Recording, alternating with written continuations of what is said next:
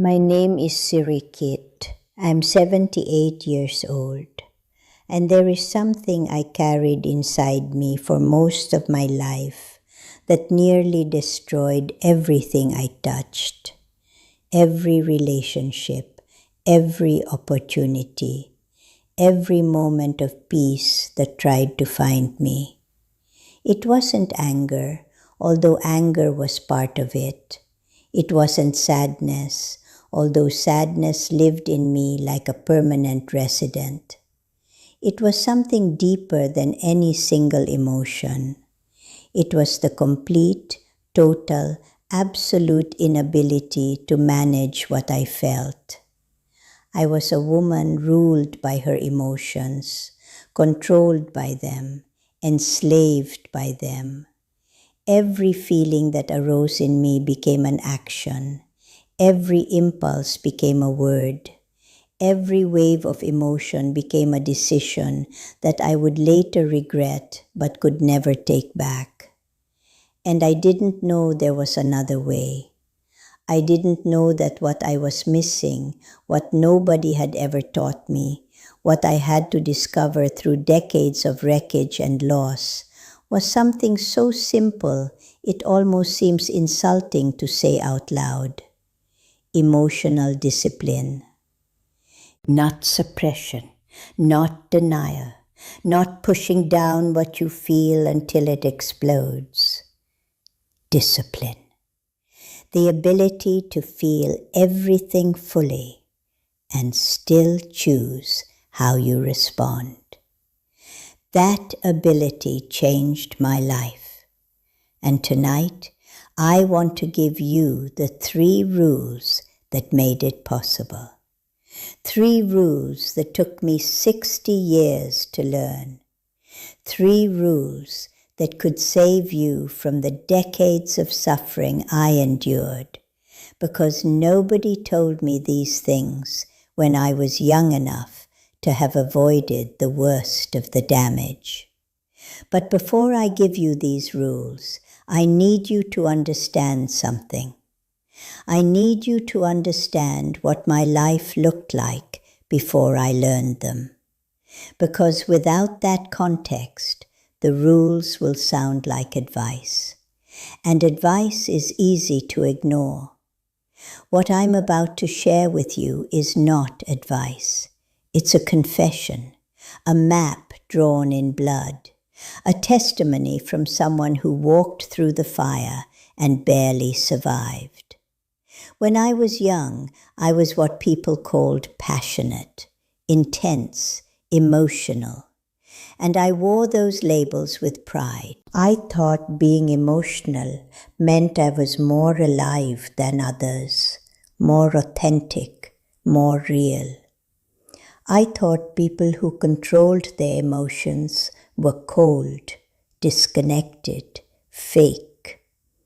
I thought feeling everything at maximum volume was a sign of depth, of sensitivity, of being truly human. And so I let my emotions run wild. I let them dictate every word that came out of my mouth, every decision I made, every relationship I entered or destroyed.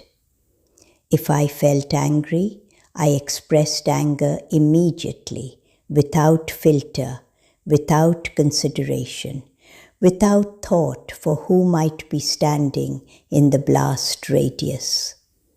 If I felt hurt, I withdrew completely, shut everyone out, built walls so high that by the time I was willing to lower them, the people who cared about me had already walked away.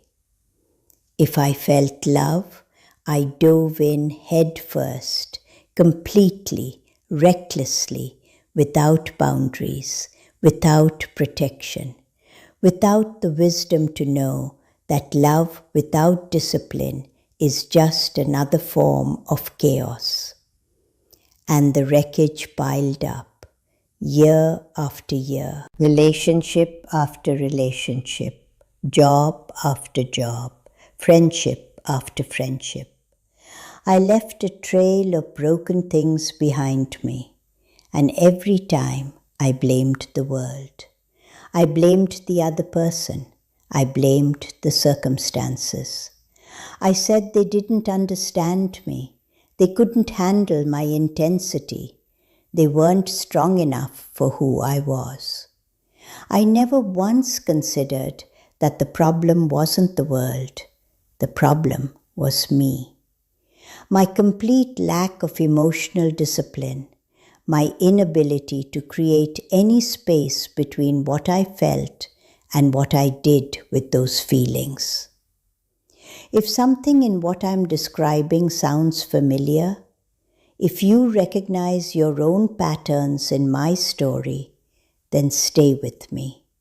Because what comes next might change how you see everything. It might give you the tools I wish I'd had when I was still young enough to save the things I ended up losing. The moment everything changed for me was not dramatic. It was quiet, almost mundane. I was 59 years old. I had just destroyed another relationship, the last one I would have the chance to destroy, as it turned out, because after that one, no one else came close enough to be destroyed. I was sitting alone in my apartment. The silence was deafening, and for the first time in my life, I couldn't blame anyone else. There was no one else to blame. There was just me. Sitting in the ruins of another connection I had demolished with my own uncontrolled emotions. And in that silence, in that devastating clarity that comes only when you've run out of excuses, I heard something. Not a voice, not a message, more like a truth that had been waiting for me to get quiet enough to hear it. The truth was this: you feel things deeply. That's not the problem.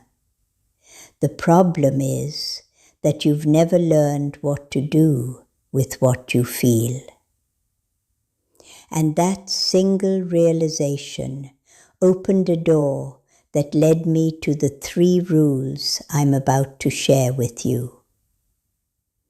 The first rule is the foundation of everything else, and it is this: feel everything, act on almost nothing. This sounds like suppression.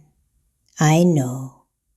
When I first heard something similar, I resisted it with everything I had.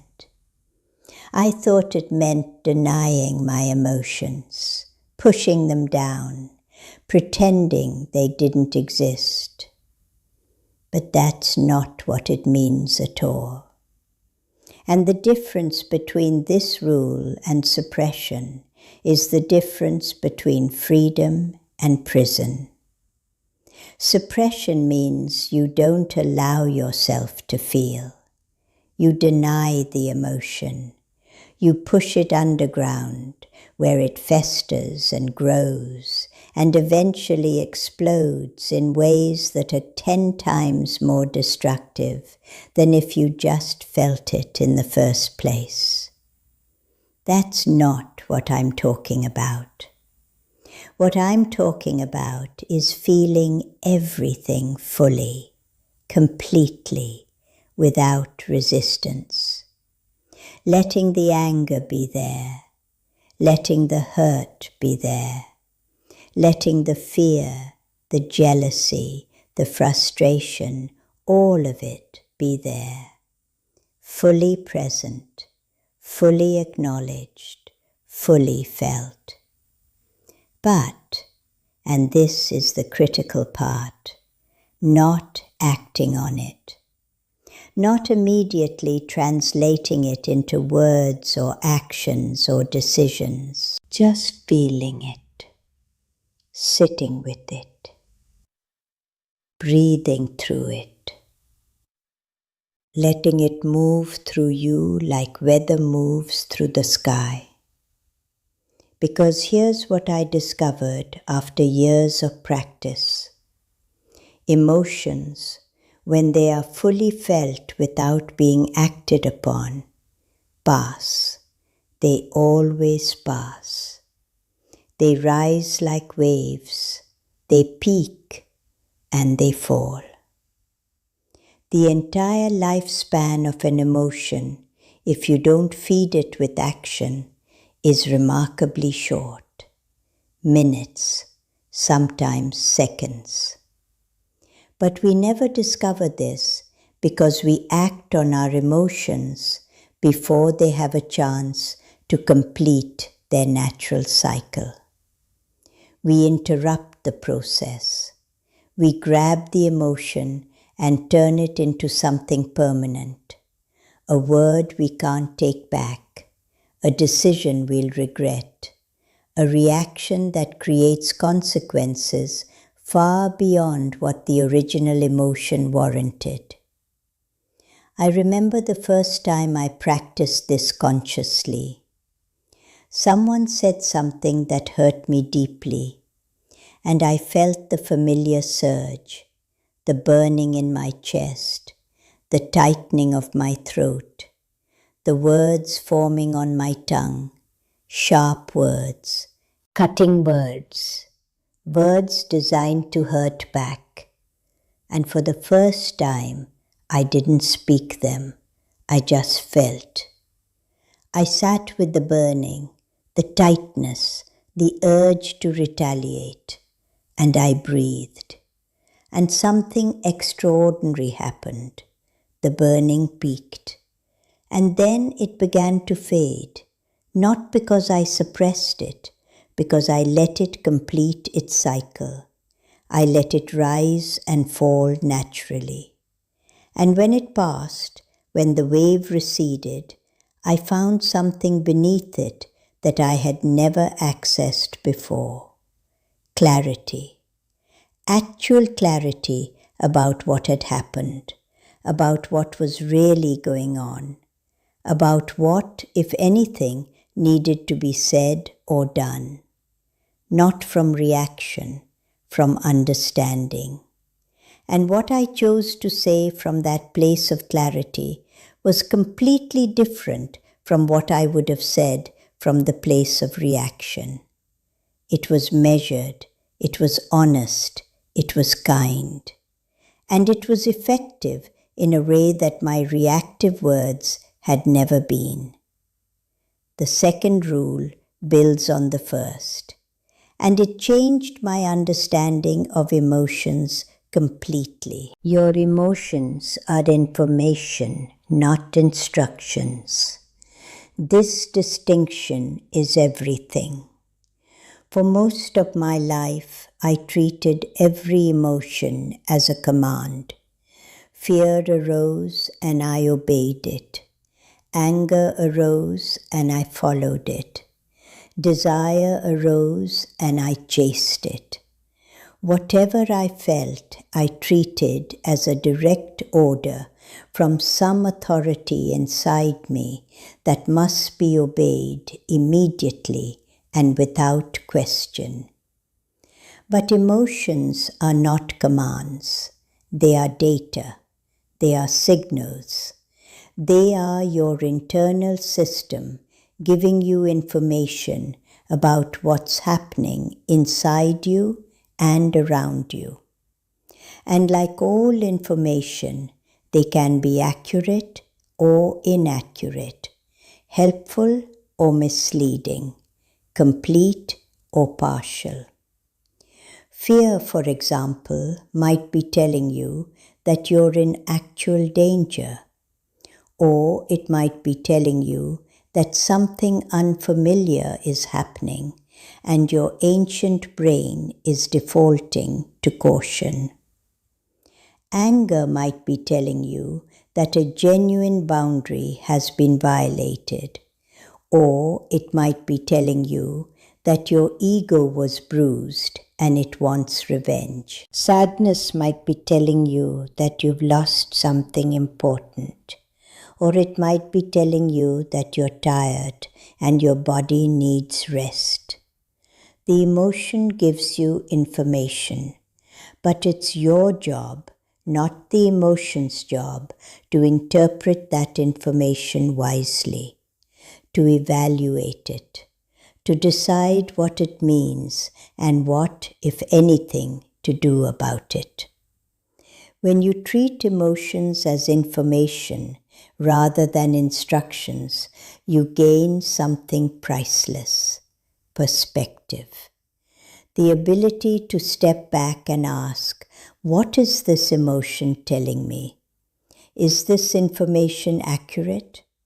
Is this the full picture? What's the wisest response? Instead of being swept away by every emotional wave, you become someone who can surf those waves, feel them fully, understand what they're communicating, and then choose your response consciously. I remember a moment that showed me the power of this rule with absolute clarity. I was feeling intense jealousy. Someone I knew had achieved something I wanted, and the jealousy was consuming. It felt like a fire inside me, and my old pattern would have been to act on it, to diminish what they'd achieved, to find reasons why their success wasn't valid, to withdraw from them out of resentment. But instead, I paused. I asked myself, what is this emotion telling me? And when I really listened, when I treated the jealousy as information rather than an instruction to be hostile, I discovered something surprising. The jealousy was telling me what I wanted. It was showing me a desire I had been denying, a dream I had been too afraid to pursue. The jealousy wasn't about them at all. It was about me, about what I wanted and wasn't giving myself permission to go after. And that insight, that piece of information extracted from an emotion I would have previously just reacted to, changed the direction of my life. The third rule is the deepest, and it's the one that requires the most courage. Take full responsibility for your emotional state. This is where most people stop.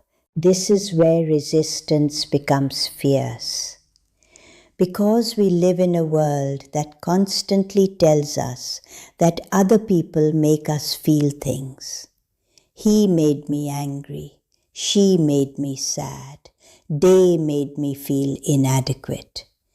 This language is so deeply embedded in how we think that questioning it feels almost impossible. But it's not true. Nobody makes you feel anything. People say things, people do things, situations occur. But the emotional response that arises in you is yours. It's generated by your nervous system, your conditioning, your history, your interpretation of what happened. Two people can experience the exact same event and have completely different emotional responses, because the emotion is not in the event. It's in the person experiencing the event. This doesn't mean people can't behave badly. They can. This doesn't mean you shouldn't have boundaries. You should. This doesn't mean that what happened to you wasn't painful. It was. But it means that your emotional response is your domain, your territory, your responsibility. And when you take that responsibility, when you stop waiting for the world to change so you can feel better, when you stop blaming others for your emotional state, something incredible happens. you get your power back. Because if other people control how you feel, you're powerless. You're at the mercy of what they say, what they do, how they behave. But if your emotional state is your responsibility, then you have power. You can work with it, you can develop it, you can strengthen it. You can become someone who feels everything deeply, but is not controlled by any of it. I want to tell you what happened when I started living by these 3 rules. The changes were not instant, they were gradual, but they were profound. My relationships transformed because I stopped reacting to everything and started responding thoughtfully. People who had been afraid of my intensity began to trust me because they knew that even if I felt something strongly, I wouldn't weaponize it. I wouldn't use my emotions as ammunition. I would feel them, I would understand them, and I would choose my response with care. My inner peace deepened in ways I never imagined possible.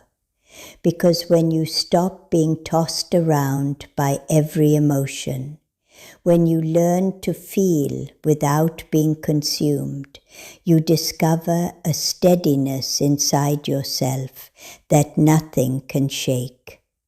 Not because you don't feel, but because you've learned that feelings are waves and you are the ocean. The waves come and go, but the ocean remains. Before we part tonight, I want to ask you something that I genuinely want you to consider. Not quickly, not superficially, but deeply. Which of these 3 rules do you most need in your life right now? Is it the first, learning to feel without immediately acting?